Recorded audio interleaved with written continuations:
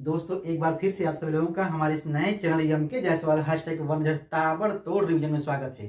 दोस्तों यह video UP PCL JEE के छात्रों के लिए महत्वपूर्ण है और दोस्तों यदि वो क्लास 12th के छात्र भी हैं तब दोस्तों यहाँ पर वो ताबड़तोड़ दे सकते हैं, चाहे दोस्तों वो यूपी बोर्ड के छात्र हों चाहे दोस्तों सीबीएसई बोर्ड के छात्र हों, क्योंकि दोस्तों यहाँ पर बेसिक कंसेप्ट बेसिक इलेक्ट्रिकल की कुछ बातें जो लिखी गई हैं दोस्तों ये अभी पार्ट 1 है।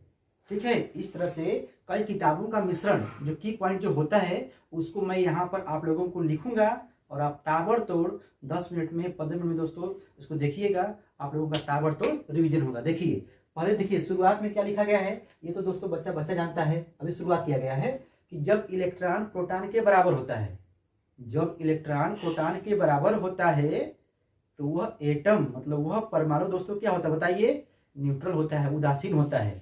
ठीक, लेकिन दोस्तों जैसे ही इलेक्ट्रॉन का मान प्रोटॉन के इक्वल नहीं होता है, मतलब अनबैलेंस जब होता है उस समय चार्ज आता है, चार्ज उत्पन्न होता है, आप लोग जानते हो। ठीक है, अब देखिए अब कैसे इलेक्ट्रॉन प्रोटॉन के बराबर नहीं होगा दोस्तों, तो उसको रब्ड कर दीजिए, ठीक है, रगड़ दीजिए, या दोस्तों कई मेथड है, ठीक है, ध्यान दीजिएगा।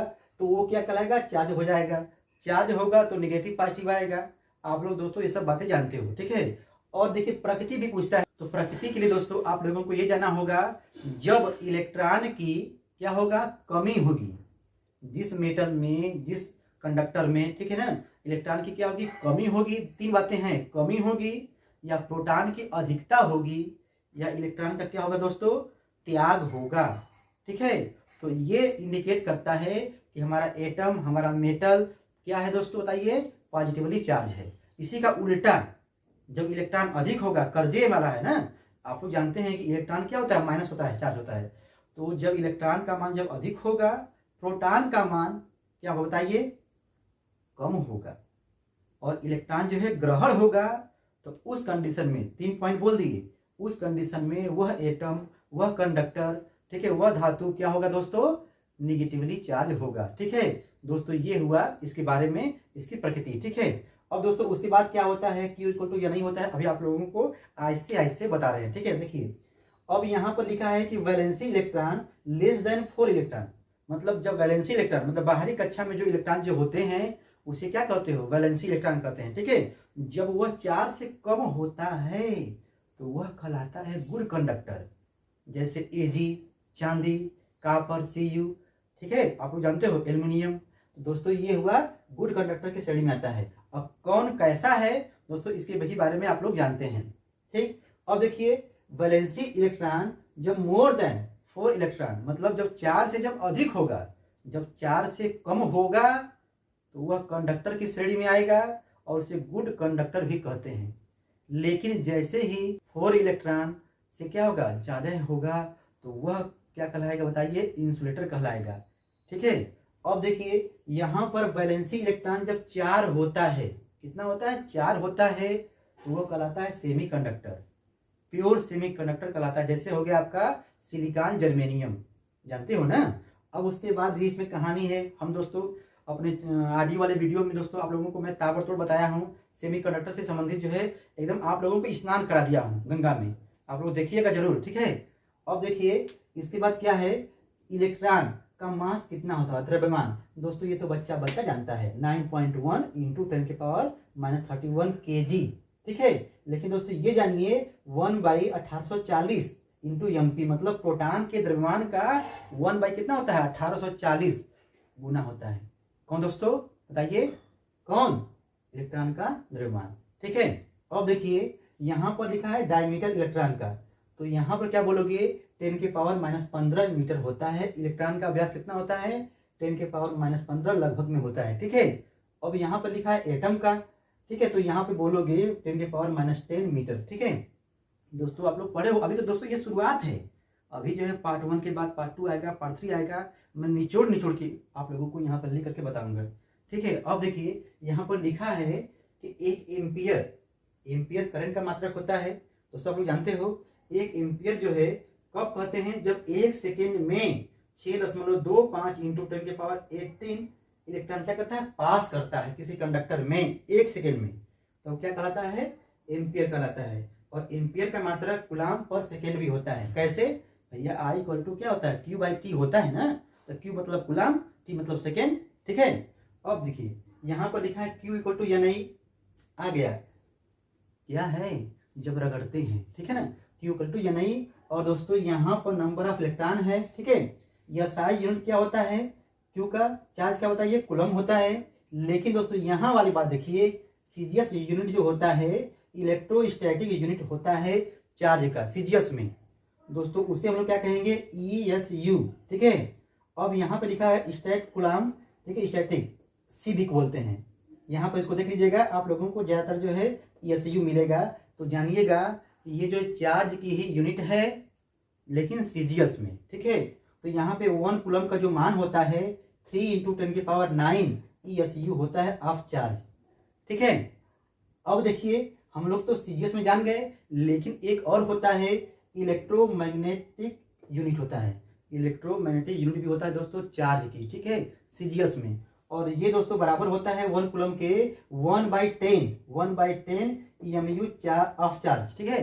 दोस्तों हम यहाँ पर ताबड़तोड़ बोल रहे हैं, ठीक है, थोड़ी सी आवाज फिसल जाती है। देखिए अब देखिए यहाँ पर क्या लिखा है, निरपेक्ष विद्युतशीलता, अच्छा परमिटिविटी की बात आ गई, ठीक है। तो एप्सिलॉन और सापेक्ष विद्युतशीलता मतलब रिलेटिव वाला, ठीक है ना। एप्सिलॉन आर में संबंध क्या होता है, तो यहाँ पे बोलोगे एप्सिलॉन इक्वल टू होता है एप्सिलॉन 0 × एप्सिलॉन आर, ठीक है। यहाँ पे दोस्तों के भी लिख सकते हो यहाँ पर, ठीक है। और ये क्या है, फ्री स्पेस का है, ठीक है। अब यहाँ पर एप्सिलॉन 0 का मान क्या होता है, 8.85 × 10⁻12 फैरड प्रति मीटर होता है, पर मीटर भी होता है। और दोस्तों ये भी होता है coulomb square newton power -1 metre power -2, ठीक है, ये भी होता है।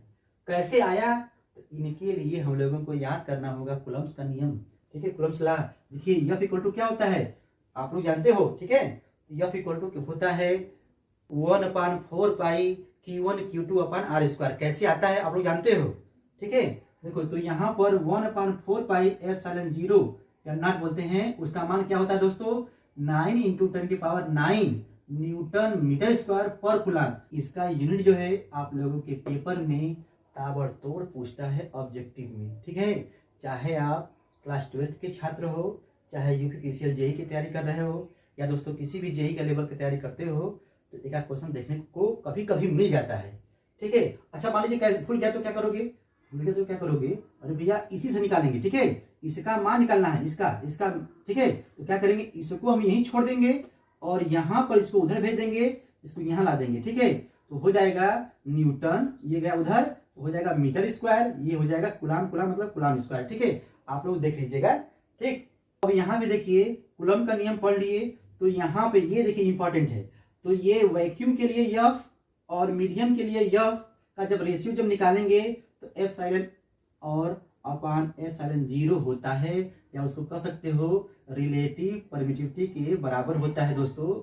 इसको कहोगे के, ठीक है ना। इसको एक बार देखोगे तो आप लोगों को आ जाएगा, मतलब वैक्यूम के लिए क्या होगा और मीडियम के लिए क्या होगा, जब देखेंगे और उसका जब रेशियो जब निकालेंगे तो वह किसके इक्वल होता है, के के इक्वल होता है। चाहे उसको बोल दो रिलेटिव परमिटिविटी मतलब सापेक्ष विद्युतशीलता के बराबर होता है, ठीक है। अब देखो, अब इसके बाद तो बच्चा कर लेगा, करना क्या है, इसको क्रॉस मल्टीप्लाई कर दो, ठीक है ना। तो यहाँ पे हो जाएगा F वैक्यूम इक्वल टू हो जाएगा, देखो इसको भूल जाओ, यहाँ पे करो तो क्या हो जाएगा K × MED मतलब मीडियम वाला, ठीक है ना। मतलब वैक्यूम वाला जो होता है K टाइम्स होता है मीडियम के, ठीक है। ये दोस्तों इसको याद रखिएगा, क्योंकि पेपर में ऑब्जेक्टिव क्वेश्चन में ताबड़तोड़ होता है, ठीक है। मान दिया रहेगा, आपको सिर्फ भरना होगा, तुरंत भर के जय जय, ठीक है। अब देखो यदि मीडियम का मान निकालना होगा तो आप वैक्यूम वाले में के का क्या करोगे, डिवाइड कर दोगे, ठीक है ना। आप लोग सिर्फ एक बात याद कीजिएगा, इसको या इसको, ठीक है ना, आप लोगों को याद हो जाएगा। अब देखिए, अब बात आती है कि इलेक्ट्रोस्टैटिक जो फोर्स जो लगता है और ग्रेविटेशनल फोर्स जो लगता है, ये क्या होता है। अच्छा, ये कूलम और ये गुरुत्वाकर्षण वाला आ गया, जानते हो ना। तो ये वाला जो मान होता है, Fi का जो मान होता है बहुत अधिक होता है, किससे भैया, बोलो Fg से होता है। तो जब इनका जब रेशियो जब निकालोगे तो इलेक्ट्रॉन प्रोटॉन के लिए जब देखोगे तो Fi/Fg का जो मान होता है 2.27 इंटू 10⁻39 होता है। ठीक है, लेकिन वही जब प्रोटॉन के लिए जब देखोगे तो इसका मान हो जाएगा 1.24 इंटू 10⁻36 होता है। आप लोग दोस्तों इसको वीडियो को पॉज करके अच्छे से समझ लीजिएगा, आप लोगों को आ जाएगा। ठीक है, यहाँ पर की पॉइंट हो रहा है, अभी शुरुआत है। ठीक है, अभी दोस्तों बहुत सारी बातें हैं, कई किताबों को हम जब देखते हैं तो मन करता है इसको भी बता दें, इसको भी बता दें। ठीक है, तो यही जो हम एक टारगेट लिए हैं कि कई किताबों को जो भी देखेंगे इंपॉर्टेंट पॉइंट जो भी आपके लायक होगा उसको हम जो यहाँ पर बताएंगे। ठीक है, अब देखिए इलेक्ट्रिक फील्ड क्या होता है। अच्छा, इलेक्ट्रिक फील्ड देखो ये क्या होता है आप लोग जानते हो, हमको यहाँ पर पॉइंट बताना है। तो इलेक्ट्रिक फील्ड ना, तो ई का जो मान होता है F/Q, लेकिन ये वेक्टर होता है। ठीक है ना, F/Q ये क्या है, टेस्ट चार्ज होता है। ठीक, अब ई जो होता है वेक्टर क्वांटिटी होती है, इसका मात्रा क्या होता है बताइए, यूनिट न्यूटन पर कूलम्ब। और दोस्तों वोल्ट पर मीटर भी होता है, ये कैसे है बताइए। अरे भैया E = भी तो होता है, V/D होता है ना, तो ये तुम्हारा हो जाएगा वोल्ट पर मीटर। ठीक है, अब यहाँ पर देखिए इसका डायमेंशन भूलता है, तो डायमेंशन को याद कर लीजिएगा, mL/3 इंटू A⁻⁻1। इसको कहीं लिख लीजिएगा, यदि नहीं याद होता है तो आराम से इसी में कल्ले कल्ले धीरे धीरे जो मान भर करके आप लोग लगा लीजिएगा। ठीक है, यह आपका क्या होगा mL/T-2। ठीक है, और यहाँ पे हो जाएगा, यह चार्ज है तो चार्ज का क्या होता है IT होता है, I मतलब A हो जाएगा, T माने टाइम हो जाएगा। आप लोग इसको जो है सॉल्व कर लीजिएगा। अब देखिए पॉइंट चार्ज के लिए इलेक्ट्रिक फील्ड का मान क्या होगा, तो यहाँ पे हो जाएगा K/Q/R²।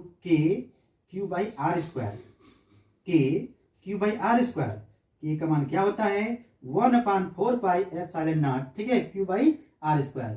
अब इसका मान क्या होता है, ये तो बच्चा जानता है, बोलो 9 इंटू 10⁻9। मात्रा क्या होता है बताओ, जवाब हो जाएगा न्यूटन मीटर स्क्वायर पर कूलम्ब स्क्वायर। ठीक है, ये हो गया। और यहाँ पर इससे जो है ऑब्जेक्टिव क्वेश्चन बनता है 1/R²। ठीक है, प्रोपोर्शनल होता है। ठीक है, ये तुम जानते हो, इसी से आया है। तो यहाँ पर देखो पेपर में क्या होता है कि फार्मूले के माध्यम से शर्त दिया रहता है एग्जाम में, कंपटीशन के एग्जाम में। तो क्या होगा E1/E2, E1 का मान दिया रहेगा, R1 का मान दिया रहेगा, R2 का मान दिया रहेगा, E2 पूछ लेगा। ठीक है, तो आप लोग रेशियो से निकाल लेंगे।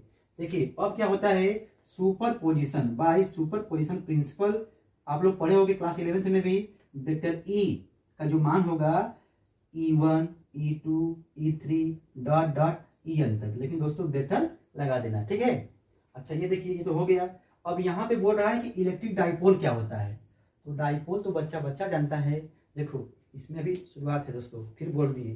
देखो यहाँ पर प्लस होता है, यहाँ पर होता है माइनस होता है।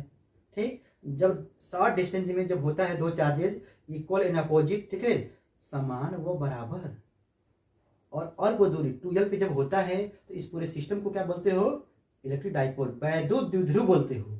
ठीक है, तो यहाँ पे हो जाएगा P = ये क्या है, ये मोमेंटम है। ठीक है, वैद्युत द्विध्रुव आघूर्ण है। ठीक है, तो यहाँ पे P का जो मान होगा, कोई एक चार्ज ले लो तो Q ले लिए, और उसके बीच का जो डिस्टेंस जो 2L है उसका मल्टीप्लाई कर दो। ठीक है, अब देखो इसका क्या होगा, यूनिट कूलम्ब मीटर। ठीक है, और इसका डायमेंशन क्या होगा, लता मंगेशकर। इसको याद करने का ट्रिक है, इलेक्ट्रिक डाइपोल मोमेंट का जब निकालना होगा डायमेंशन, तो लता LTA जो है याद रखना। ठीक है, लता जी हैं। अब देखिए डायरेक्शन क्या होगा, निगेटिव से पॉजिटिव